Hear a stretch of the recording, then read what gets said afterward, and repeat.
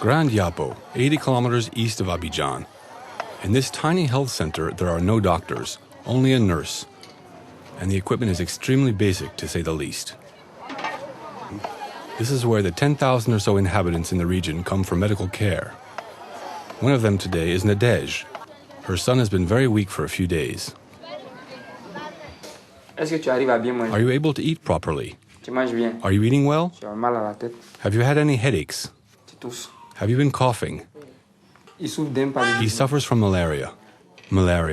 Out of the 200 monthly appointments at this health center, 150 to 180 are related to malaria, the leading cause of death among children under 5.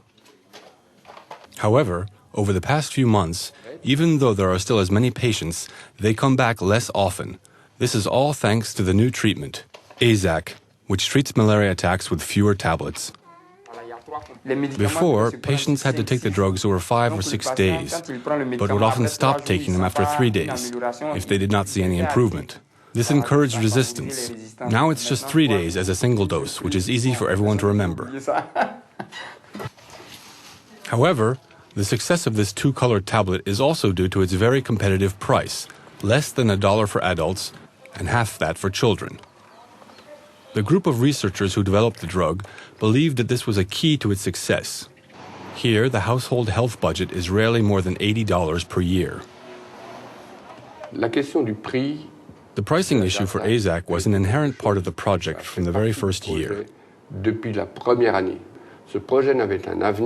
This project could only have a future, a purpose, and the desired resonance if the price of AZAC was as low as possible.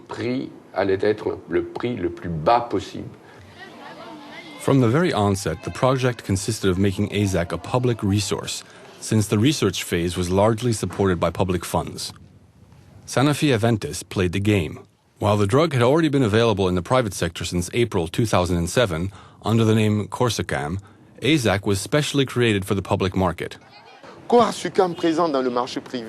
Only 20% of the population had access to Corsicam on the private market, while the remaining mostly impoverished 80% could not have access to treatment and were exposed to the scourge of malaria. It was our responsibility to provide these 80% with efficient treatment for less than $1, that is, at cost price.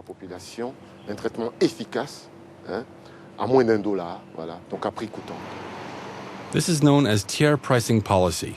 The company is going further than simply delivering the drug, since it is also involved in training healthcare personnel and providing information resources.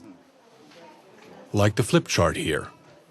To raise awareness of malaria among the populations, all hand in hand with the local authorities. This type of comprehensive solution is suited for public institutions with insufficient funding. We are convinced that no major changes will be seen at the state level. We cannot see how the state budget could double or triple within the next 3 or 4 years, while the population continues to increase, along with the number of cases of malaria. Hence, the needs will always be huge. We believe that this type of partnership will enable us to deal with health issues more effectively. 6 months ago, 420,000 treatment units were delivered here to the public health pharmacy, to be redistributed to health centers throughout the country. Today, there are only 175,000 left. The formulations for infants and young children have been out of stock before, which best reflects that this type of product has been awaited by the population. The aim is to extend this experience to other countries in the very near future.